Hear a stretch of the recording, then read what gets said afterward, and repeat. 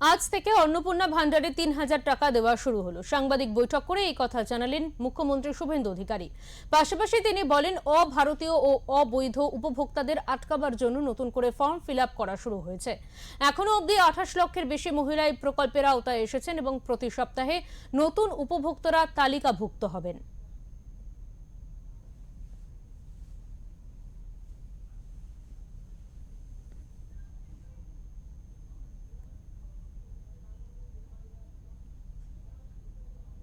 নিমিত্রা পাল মহোদয়, মাননীয় মুখ্য সচিব মনোজ আগরওয়াল মহোদয় বলেছেন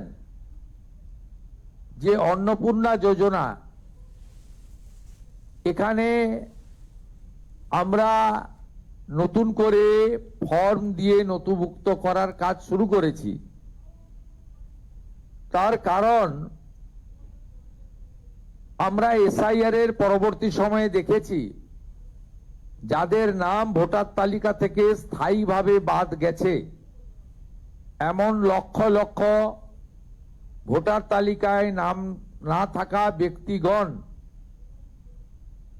বিগত সরকারের লক্ষ্মী ভান্ডার সহ নানা সামাজিক প্রকল্প কেন্দ্র এবং রাজ্যের সুযোগ পাচ্ছিলেন। এবং আমরা যারা সচেতন নাগরিক, আইন মানা মানুষ, দেশের সংবিধান, আইন, সরকারি অর্থের সঠিক প্রয়োগ আমরা আশা করি এবং এটাই আমাদের দেশের আইন। আমরা কেউ চাইব না যে একজন অভারতীয় তার অ্যাকাউন্টে সরকারের অর্থ প্রবেশ করুক। এক্ষেত্রে খুব পরিষ্কারভাবে বলে রাখা দরকার আছে, যাদের বিচারাধীন ছিল এবং পরবর্তীকালে তারা ট্রাইব্যুনালে আবেদন করেছেন, তাদেরকে আমরা স্থায়ীভাবে ভোটার তালিকা থেকে নাম বাদ গেছে এই পর্যায়ে ধরছি না।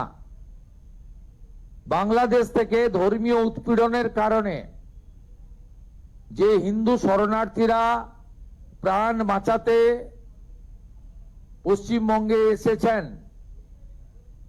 যারা ১,২১,০০০ সিএ তে আবেদন করেছেন, যাদের মধ্যে ১৯,০০০ সার্টিফিকেট পেয়েছেন,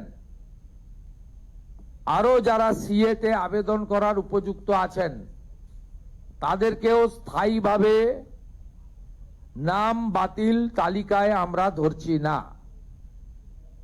এর বাইরে যারা রয়েছেন, অভারতীয়, অবৈধ অনুপ্রবেশকারী, বয়স বাড়িয়ে বয়স কমিয়ে অথবা মহিলাদের জন্য অর্থনৈতিক সুরক্ষা স্কিমকে বিগত দিনে দুর্নীতির আশ্রয় নিয়ে বিগত যারা শাসক ছিলেন, যারা জনগণের দ্বারা প্রত্যাখ্যাত হয়েছেন, তাদের আশীর্বাদে পুরুষরা যে ধরনের বিগত লক্ষ্মী ভান্ডারের সুযোগ পাচ্ছিলেন, আমাদের এই স্বচ্ছতার সঙ্গে যে ফর্ম ফিল আপ এবং ভেরিফিকেশনে তারা সুযোগ পাচ্ছেন না, পাবেন না, পাওয়া উচিত নয়। আমি আপনাদেরকে আশ্বস্ত করতে চাই, আমাদের একটু আগে যে লঘু ফিল্ম আমরা দেখিয়েছি, ছোট্ট আমাদের ক্লিপিং দেখিয়েছি, তাতে পরিষ্কার বলেছি কোথায় ফর্ম পাবেন, কিভাবে ফর্ম ফিল আপ করবেন, কারা যোগ্য, যারা একেবারেই পারবেন না আসতে বা অনলাইন করতে পারবেন না, তাদের বাড়িতে সাহায্যকারী পাঠিয়ে ফর্ম ফিল আপ করে আনার দায়িত্ব পশ্চিমবঙ্গের বর্তমান রাষ্ট্রবাদী জনগণের দ্বারা নির্বাচিত সরকারের। আমরা এই প্রক্রিয়াকে ৩ মাস ধরে চালাবো ঠিক করেছি। যখন যখন যেমন ফর্ম আসবে এবং ভেরিফিকেশন হবে, সাথে সাথে তাদের অ্যাকাউন্টে ৩,০০০ টাকা চলে যাবে।